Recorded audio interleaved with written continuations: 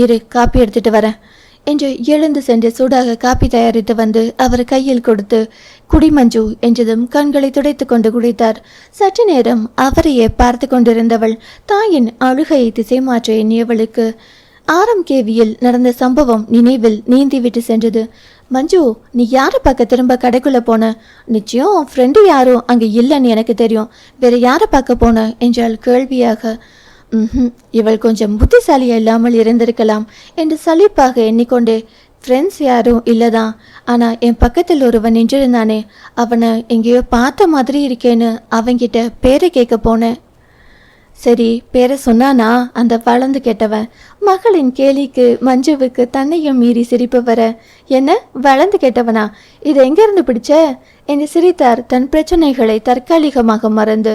அவன் வளர்ந்து கெட்டவன் இல்லை, நல்ல அழகான பெயர் அவனுடையது. முக்குந்து நெல்லிக்காய்